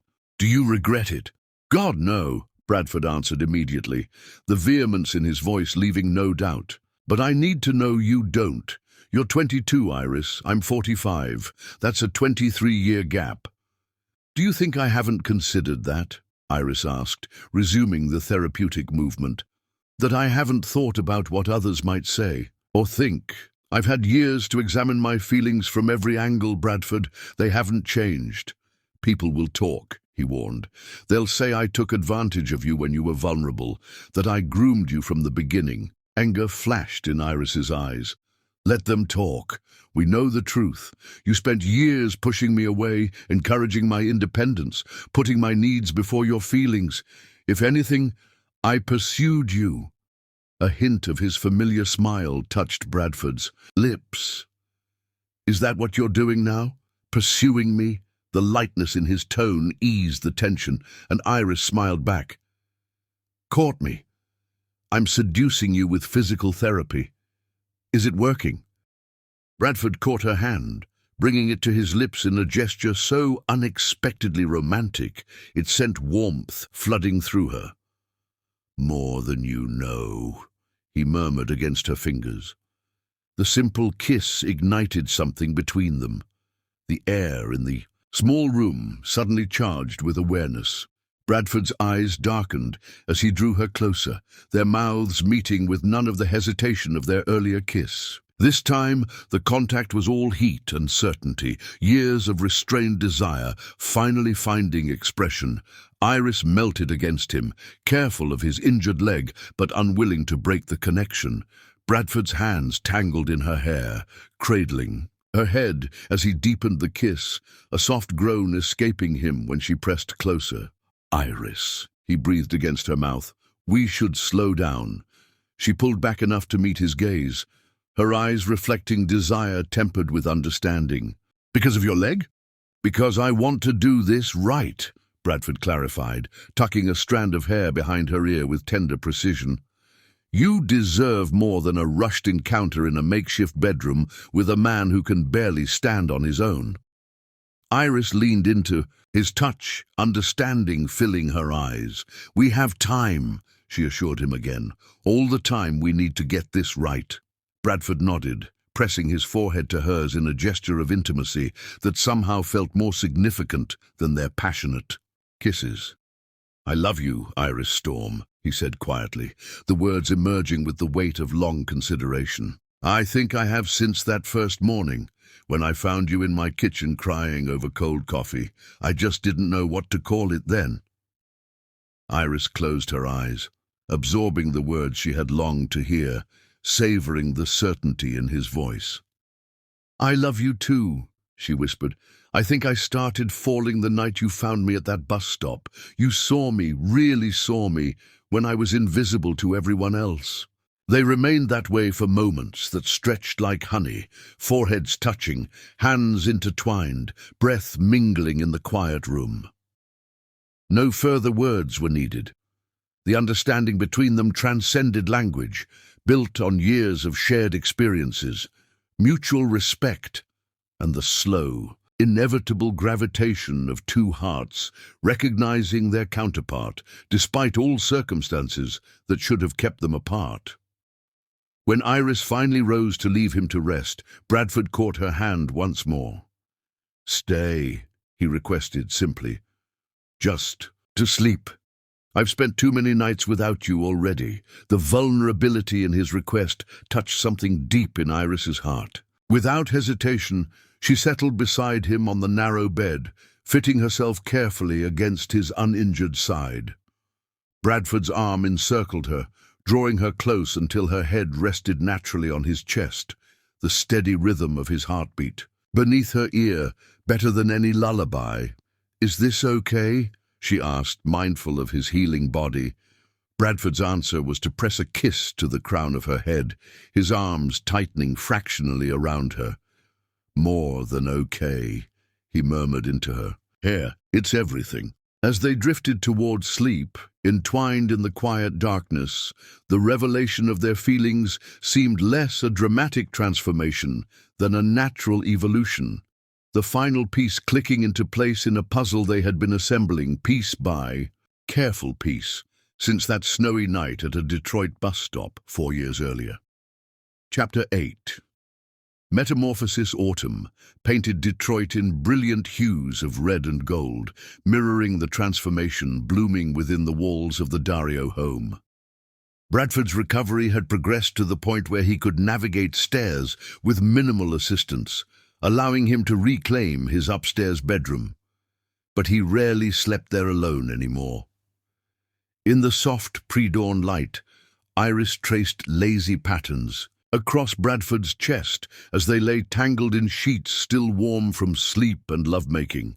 6 weeks into their newly acknowledged relationship, the wonder of waking beside him hadn't diminished. "What are you thinking about?" Bradford murmured, his voice husky with sleep as he caught her wandering hand and brought it to his lips. "How much everything has changed," Iris replied, pressing a kiss to his shoulder. "Yet somehow it feels like this was always waiting for us." Bradford pulled her closer, his body fitting against hers with a rightness that still amazed them both. "Worth the wait," he whispered against her hair. Their physical relationship had developed with the same careful consideration that characterized everything between them. Bradford's injuries had necessitated creativity and patience, but the limitations had only deepened their connection, forcing communication more intimate than mere passion might have allowed. Each discovery of what brought the other pleasure felt like a private victory, each vulnerable moment of exposure, another layer of trust built between them. The sound of small feet pattering down the hall gave them just enough warning to adjust the bed covers before their bedroom door burst open, revealing Imani in her favorite unicorn pajamas. "Mama! Papa, Brad! It's Saturday Pancake Day!" she announced, launching herself onto the bed with the exuberance only a 4-year-old could muster at 6:30 a.m. Bradford caught her mid-flight, settling her between them with practiced ease. "Is it that time already? I thought Saturday was cancelled this week." Imani giggled, snuggling into the warmth between them. "You're silly, Papa. Days don't get cancelled." The easy way she had accepted their new sleeping arrangement was just one more miracle in a season full of them. To Imani, this evolution seemed natural. The two people she loved most now shared a room, just as they shared everything else in their lives. "Did you check if Uncle Tyler called?" Iris asked, smoothing Imani's wild curls. "Not yet. Can we call him after pancakes?" "Absolutely," Bradford agreed, dropping a kiss on her forehead. "Now, who's helping me in the kitchen? I need my best pancake flippers." "Me!" Imani scrambled off the bed, racing toward the door. "I'll get the mixing bowl ready." As her footsteps receded down the stairs, Bradford pulled Iris back for a lingering kiss that promised continuation later. "I love you," he murmured against her lips. "I love you too," Iris replied, the words still new enough to send warmth cascading through her. "Even if you do spoil our daughter shamelessly." The phrase "our daughter" hung between them, unexamined but profoundly right. In every way that mattered, they had become a family, not through legal documentation or biological connection, but through the daily choice to love and care for one another. Downstairs, as Bradford taught Imani the perfect pancake flipping technique, Iris's phone buzzed with a text from Carol Peterson, her mentor from the community college. "I recommended you for that teaching position at Detroit Community Early Learning Center. They want to interview you next week. Starting salary is better than we discussed. Call me." Iris stared at the message, emotions churning. The position, lead preschool teacher at a respected center, represented everything she'd worked toward, professionally. Yet accepting would mean officially putting down roots in Detroit, committing to the path she and Bradford were forging together. "Good news?" Bradford asked, noticing her expression as he expertly flipped a blueberry pancake. "Maybe," Iris replied, showing him the message. "It's the job Carol mentioned last month." Bradford's face lit with pride. "Iris, that's fantastic. When's the interview?" His immediate support, free from any hesitation about what it might mean. For them, confirmed what she already knew. This was right. This was home. Next Tuesday. Would you mind watching Imani? I don't want to be distracted. Try and stop me, Bradford replied, leaning over to kiss her quickly, heedless of Imani's giggles beside them. We'll be your cheerleading squad. Later that morning, after pancakes and a video call with Tyler, who regaled them with tales of his first college performances, Bradford suggested they tackle the attic, a project he'd been planning since regaining his mobility. There's too much stuff we don't use, he explained. Elaine's things, my old work equipment, boxes we haven't opened in years. Iris understood the significance of the proposal.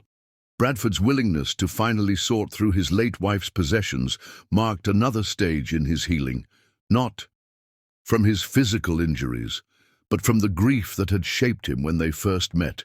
The attic revealed treasures and memories.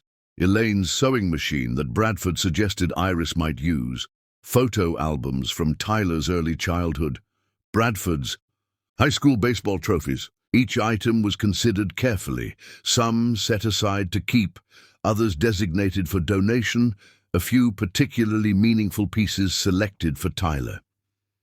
In a dusty corner, Bradford discovered a small jewelry box. Opening it revealed a vintage sapphire ring, delicate in its silver setting. Elaine's grandmother's engagement ring, he said softly. I'd forgotten we had this. Iris watched his face, searching for pain, but found only gentle remembrance. It's beautiful, she observed, not touching the ring that represented another woman's love story.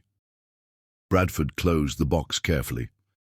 She always said it should go to Tyler someday, for when he found someone special. He tucked it into a separate container marked with Tyler's name, then turned to Iris with unexpected solemnity. When the time comes for us, and it will, you should have something that's just yours, something new that represents our beginning. Iris's heart stuttered at the implication, not just of a future proposal, but of Bradford's certainty about their path forward. Are you saying what I think you're saying? Bradford took her hands, dust smudges and all. I'm saying I know exactly where we're headed, Iris Storm. I'm just waiting for the right moment to make it official. Their kiss amid the attic's dust and memories felt symbolic, acknowledging the past while embracing a future neither had imagined possible when they first met. As autumn deepened toward winter, their transformation continued, both individually and as a family. Bradford returned to work part-time in an administrative role. At the warehouse, his experience valued even if his physical capabilities remained limited. Iris aced her interview and began her new position at the Learning Center, bringing Imani with her at a reduced tuition rate that made the arrangement feasible. Their individual healing found reflection in the home itself as they gradually renovated, room by room. They painted over the faded wallpaper in the kitchen, replaced the worn carpet in the living room, and transformed the spare bedroom, once Iris's temporary haven, into a proper space for Imani, decorated with stars and moons in tribute to the astronomy that had first connected her to Tyler. Not everyone approved of their relationship. Bradford's sister expressed concern about his midlife crisis when they finally told extended family about the change in their relationship. Some of Iris's former classmates questioned her choices, implying she had settled for security rather than pursuing broader opportunities. But for every doubter, there were those who recognized the genuine love between them. Tyler, who gave his blessing during a heartfelt conversation with Iris over Thanksgiving break. Bradford's former co-workers who had witnessed his transformation from grief-stricken widower to a man rekindled by love. Iris's mentor, Carol, who observed that some souls simply recognized each other regardless of conventional timing. As the first anniversary of Bradford's accident approached, he surprised Iris by taking her to a small Italian restaurant downtown. Their first proper date night since acknowledging their feelings. You look beautiful, he said as they were seated, his eyes appreciating the simple black dress she had selected. At 23, Iris had blossomed into a striking woman whose quiet confidence turned heads wherever they went.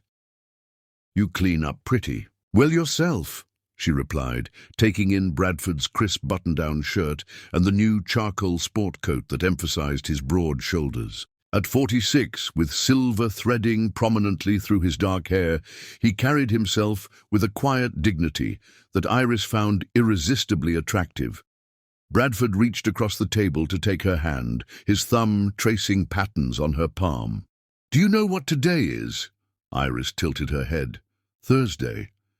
5 years ago today, I found a young woman sitting at a bus stop in the snow," Bradford said softly. "I had no idea she would become the miracle that saved all of us." Emotion tightened Iris's throat as the significance registered. "You remembered the exact date." "How could I forget the night that changed everything?" Bradford's eyes held hers, conveying depths of feeling words couldn't capture. "Even then, something in me recognized you, though I didn't understand it at the time. I was so scared," Iris admitted, "not just of being homeless and pregnant, but of trusting a stranger's kindness. And I was terrified of feeling anything again after losing Elaine," Bradford acknowledged. "Yet here we are." "Here we are," Iris agreed, squeezing his hand. After dinner, instead of driving directly home, Bradford took an unexpected detour, parking near the bus shelter where they had first met. The area had been renovated, the old bench replaced with a newer model, the shelter itself brightened with better lighting and community artwork. "What are we doing here?" Iris asked as Bradford helped her from the car, the December air crisp. Around them, Bradford led her to the bench, brushing away a dusting of snow before gesturing for her to sit. Instead of joining her, he lowered himself carefully to one knee, his once-injured leg still stiff in cold weather. "5 years ago, a miracle happened here," he began, his voice steady despite the emotion evident in his eyes. "A lost young woman and a broken man found each other and somehow, against all odds, built something beautiful together."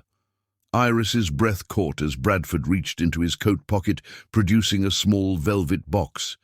"Iris Storm, you've brought light and joy back into a home that had forgotten how to be happy. You've loved my son as your own, created our beautiful daughter, and shown me that life doesn't end with loss. It transforms and grows in ways we never expect."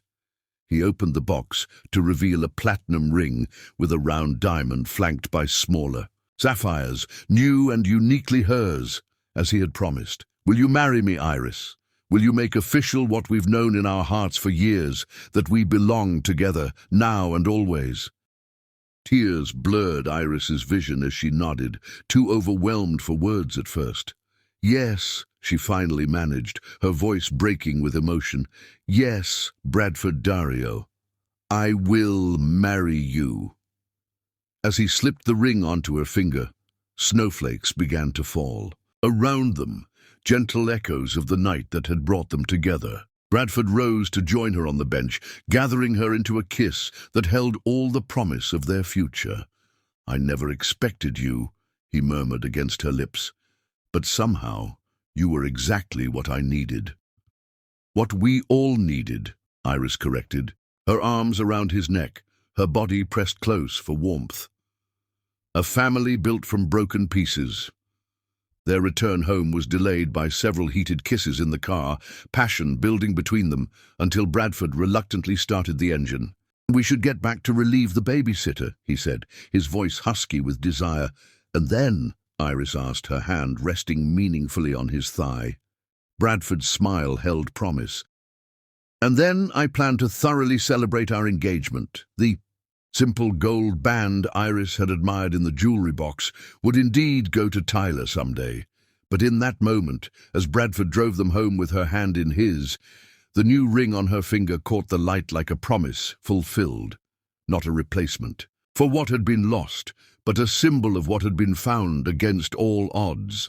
Their metamorphosis was complete. What remained was the joy of living the life they had created together, a testament to the family they had built, not through convention or obligation, but through the daily choice to love, through challenges embraced and overcome, through the recognition that sometimes life's greatest gifts arrive in the most unexpected packages. Chapter 9. Full Circle. December 2022. The Detroit winter had returned in full force, transforming the city into the same snow-covered landscape where their story had begun 8 years earlier. Iris, now 27, stood at the kitchen window watching the flakes fall, while Imani, almost 8, carefully arranged Christmas decorations on the mantel. "Mama, where's Papa Brad? He promised we'd make gingerbread tonight," Imani called, glancing at the clock with the impatience of a child excited for holiday traditions. "He had an errand to run," Iris replied, checking her phone again. Bradford had been mysteriously absent all afternoon, his text messages vague about his whereabouts. "He'll be back soon." The past 4 years had brought changes both significant and subtle to their family. Bradford had returned to work part-time before eventually accepting a management position that utilized his experience without taxing his partially healed leg. Iris had established herself as a respected early childhood educator, recently accepting a position developing curriculum for a network of learning centers across Detroit. Their relationship had deepened with each passing season, the initial intensity maturing into something even more profound, a partnership built on mutual respect, shared purpose, and a love that continued to surprise them both with its resilience. The headlights of Bradford's truck swept across the front window, and Imani raced to the door. "Finally," she exclaimed. "I've been waiting forever."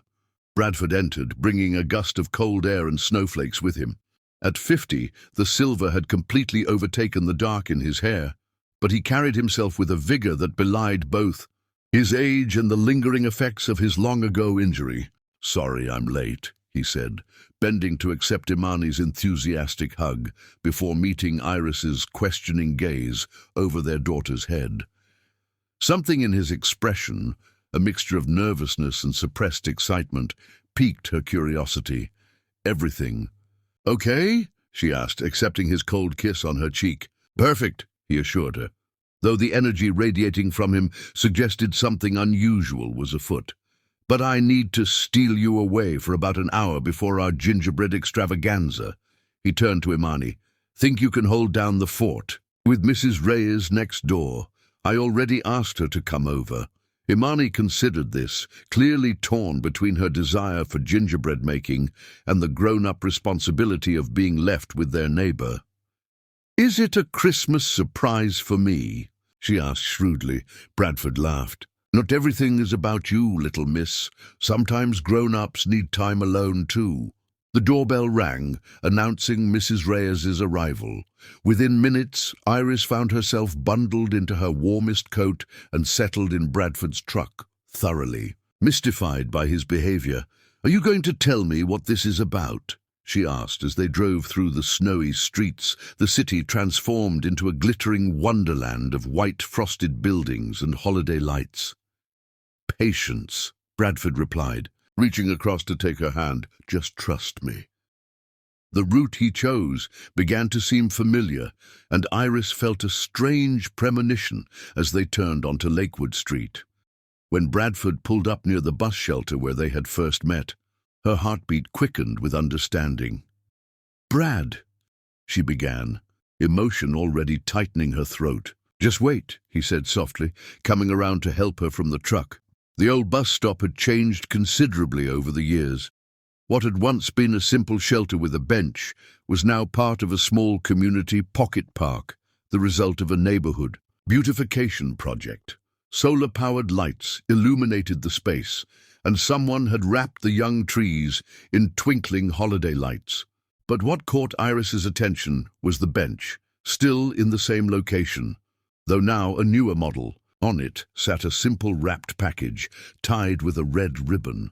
Bradford guided her to the bench, brushing away the light dusting of snow before gesturing for her to sit. 8 years ago tonight, he began, his voice steady despite the emotion evident. In his eyes, I was driving home from a late shift. I was tired, stressed about bills, worried about Tyler being alone so much. Iris nodded, remembering the night with perfect clarity despite the years that had passed. I almost drove right past. Bradford continued, remaining standing despite his leg that still troubled him in cold weather. Almost didn't stop. That single moment, that split-second decision to pull over, changed everything. He reached for the package on the bench, placing it in her hands. "Open it." With fingers trembling slightly from both cold and anticipation, Iris unwrapped the gift. Inside the box lay a leather-bound journal. Opening it, she found Bradford's familiar handwriting filling the first page. December 15th, 2014. Tonight I met a young woman at the bus stop on Lakewood. Pregnant, nowhere to go. I brought her home.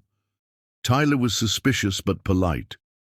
Her name is Iris Storm. Something about her eyes. She's terrified but fighting it. Reminds me of myself after Elaine died. Not sure what happens next, but couldn't leave her in the cold. Iris looked up at Bradford, tears blurring her vision. "You kept a journal?" He nodded. Not consistently, just moments that mattered. She turned the page, finding more entries. March. Through 2015, Iris aced her calculus exam today. She worked so hard for it. The look on her face when she saw her grade, pure joy. Realized I've started looking for reasons to make her smile like that. May 19th, 2015. Imani took her first steps today. 3 wobbly steps from the coffee table to Iris, then collapsed giggling. Iris cried. I pretended not to. This little girl, who isn't mine somehow, is anyway. November 10th, 2016. Iris got accepted to Marygrove. Full scholarship. She deserves this chance. She'll be leaving soon. The house already feels emptier just thinking about it. Tyler asked if I was in love with her. Couldn't answer him. Page after page chronicled their journey. Bradford's perspective, on moments both significant and ordinary. His growing awareness of his feelings for her, captured in private reflections, never intended for her eyes. The final entry, dated just a week earlier, read, December 8th, 2022. Bought the ring today. 8 years since that night at the bus stop. Still can't believe how lucky I am that she chose to stay. Not just that first night, but every day since. Asked Tyler for his blessing. He said, finally.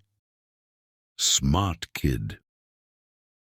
As Iris looked up from the journal, tears now flowing freely down her cheeks, Bradford lowered himself carefully to one knee before her, wincing slightly as his injured leg protested. 8 years ago, a miracle happened here, he said, reaching into his coat pocket and withdrawing a small velvet box.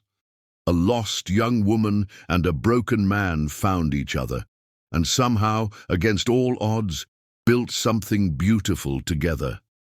He opened the box to reveal a ring, unlike any Iris had expected. Not a traditional diamond, but a unique design featuring a sapphire surrounded by smaller diamonds set in platinum. The blue stone caught the twinkling lights from the trees, reflecting them like captured stars. This isn't Elaine's ring, Bradford explained, answering her unasked question. I wanted something that was just ours. Something new that represents our beginning, not my past.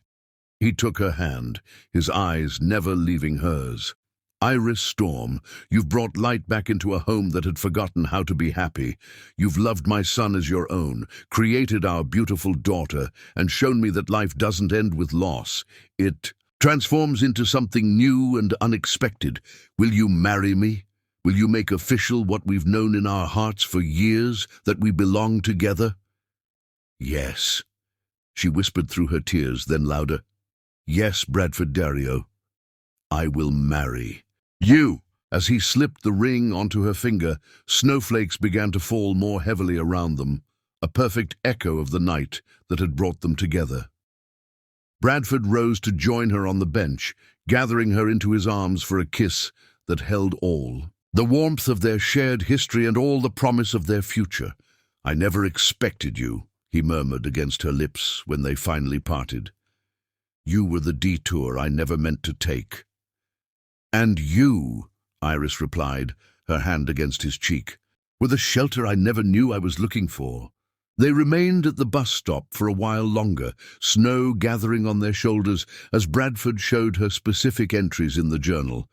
Moments she remembered differently from her perspective, small kindnesses she'd forgotten that he had. Treasured observations about Imani's growth that made them both laugh and cry. "We should get back to our daughter," Iris said finally, conscious of the time and the promised gingerbread. "She's going to be ecstatic about this news." Bradford smiled, helping her to her feet. "She already knows. She helped me pick the ring.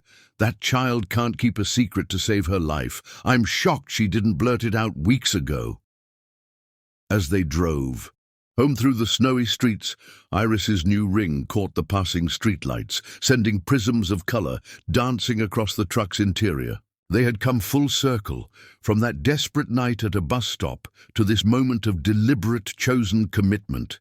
The house glowed with welcome as they pulled into the driveway, Imani's face appearing instantly at the window. The moment they entered, she launched herself at them both. "Did you say yes? Did you like the ring? Can I be the flower girl?" The questions tumbled out in an excited rush. Iris laughed, lifting her daughter into a spin that set them both giggling. "Yes to all three." Tyler, who had apparently arrived while they were gone, appeared from the kitchen with a grin that mirrored his father's. At 22, he had grown into a thoughtful young man who had inherited his mother's creative talent and his father's steady presence. "About time," he said, embracing them both. "I was beginning to think he'd never get up the nerve." The evening transformed into an impromptu celebration, gingerbread making, accompanied by hot chocolate spiked with peppermint schnapps for the adults, phone calls to share the news with close friends, and finally, after Imani had been tucked in with visions of wedding plans dancing in her head, a quiet moment alone in their bedroom. "I have something for you too," Iris said, retrieving a package from her dresser drawer. "I was saving it for Christmas, but now seems right." Bradford unwrapped it to find a shadow box frame containing a bus ticket, the one-way ticket to Detroit. She'd purchased the day before they met, now faded with age. "I kept it all these years," she explained, watching emotion cross his face as he recognized the significance. "It was the last thing I bought with my own money before I met you. I was down to my last $17, and I spent 12 of it on that ticket." Bradford traced the date on the ticket with gentle fingers. "You never told me you were that close to the edge." "I didn't want you to know how desperate I really was," Iris admitted. "I was too proud, but now I want you to have this. A reminder that sometimes the tickets we buy thinking they're taking us one place actually lead us somewhere much better." Bradford set the shadow box carefully on the nightstand before pulling her into his arms. "Thank you," he whispered against her hair, "for the gift, for saying yes, for everything." As their lips met in a kiss that rapidly kindled into something more urgent, Iris felt the cool metal of her new ring against Bradford's neck, a tangible symbol of their journey from a chance encounter to chosen family. 8 years ago, she had been a frightened girl with nowhere to turn. Now she was a woman who had found not just security, but love. Passionate, enduring love that had weathered separation, injury, and the everyday challenges of building a life together. Later, as they lay tangled in sheets and contentment, Bradford traced lazy patterns across her bare shoulder. "What are you thinking?" he asked, noting her thoughtful expression. Iris smiled, pressing a kiss to his chest, right above his heart. "That sometimes the darkest nights lead to the brightest dawns. 8 years ago tonight was the worst moment of my life, until it became the beginning of the best." Bradford pulled her closer, his arms tightening around her with protective tenderness. "Full circle," he murmured. "Full circle," Iris agreed, nestling against him as the snow continued to fall outside, covering the city of their beginning and their future in a perfect blanket of new possibilities. Chapter 10. The Miracle of Chosen Family. Their first year of marriage unfolded like a beautiful sequel to a story already rich with meaning. Bradford's leg, while never returning to full strength, improved enough for him to accept a management position at the warehouse where he'd once been injured. Iris thrived as lead teacher at the learning center, her natural gift with children earning recognition throughout the district.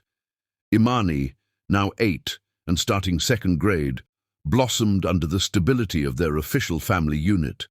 She had inherited her mother's intelligence and her father's quiet determination, though Bradford was not her biological father in any legal sense. To Imani, such distinctions were meaningless. Bradford was simply Papa, the man who had always been there, loving her as his own. On their first anniversary, Bradford surprised Iris with papers he'd been preparing secretly for months. "What's this?" she asked, opening the legal envelope after they'd put Imani to bed. "Adoption papers," Bradford replied, his voice thick with emotion. "If you agree, I want to legally adopt Imani as my daughter." Tears filled Iris's eyes as she understood the magnitude of the gesture. "She's already yours in every way that matters." "I know," Bradford said, taking her hand, "but I want it to be official. I want her to have my name, to never question her place in this family." That night, they made love with a passionate tenderness that still amazed them both. How desire could deepen rather than diminish with time. How each touch carried the weight of their shared history and promises kept. The adoption was finalized. 3 months later, Imani Storm officially becoming Imani Storm Dario. The little girl had been ecstatic at the news, though confused about why they needed papers for something she had always known to be true. "But he's already my papa," she had said, brow furrowed in childhood logic. "Why do we need a judge to say so?" "Sometimes, sweetheart," Iris had explained, "the most important truths need to be written down so the whole world knows them too." Tyler graduated from Michigan State with honors, his music degree leading to a position with the Detroit Symphony's youth education program. At 24, he had grown into a thoughtful young man who carried his mother's creativity and his father's integrity. The grief that had marked his adolescence had transformed into a quiet appreciation for the family that had expanded in unexpected ways. During one Sunday dinner, as Bradford and Tyler grilled steaks, while Iris and Imani prepared a salad in the kitchen, Tyler broached the subject that had been on his mind. "You know, Dad," he said casually, flipping a steak with practiced ease, "when Mom died, I thought our family was over. I couldn't imagine anything good coming after that." Bradford glanced at his son, hearing the undertone of something important in his voice. "I felt the same way." "But look at us now," Tyler continued, gesturing toward the kitchen where Iris's laughter mingled with Imani's excited chatter. "We're not the same family we were, but we're still a family. Better even, because we chose each other." Bradford's throat tightened with emotion. "Your mother would have loved them, you know." "I know," Tyler agreed, surprising Bradford with his certainty. "Mom always said love finds a way. I think this is what she meant." Later that night, as Iris curled against him in bed, Bradford shared Tyler's words with her. "He's right," he murmured into her hair. "We chose each other every step of the way." From that first night at the bus stop, Iris agreed, pressing a kiss to his chest, right over his heart. "Although, if we're being technical, I chose you first," Bradford teased, his hand tracing the familiar curve of her waist. "You were just a passenger in my truck." Iris laughed softly, the sound still his favorite after all these years. "And here I thought I was the one making the brave choice, trusting a stranger with my future." Maybe that's the miracle, Bradford suggested, voice growing serious, that we kept choosing each other day after day through everything. As they drifted towards sleep wrapped in each other's arms, Bradford reflected on the journey that had brought them here. From a chance encounter on a snowy night to this life filled with purpose and connection. What had begun as a simple act of kindness had transformed into the greatest love story of his life, proving that family wasn't always determined by blood, but by who stayed when staying wasn't easy. Life had not given any of them the story they had expected. Instead, it had offered something better, the miracle of finding family in the most unexpected places, of love that grows not from obligation, but from choice, day after day, through hardship and joy. And as Bradford fell asleep with Iris in his arms and their daughter sleeping peacefully down the hall, he realized that the greatest miracles weren't dramatic or supernatural. They were the everyday decisions to love, to stay, to build something beautiful from whatever broken pieces life handed you. That was the true miracle of their chosen family.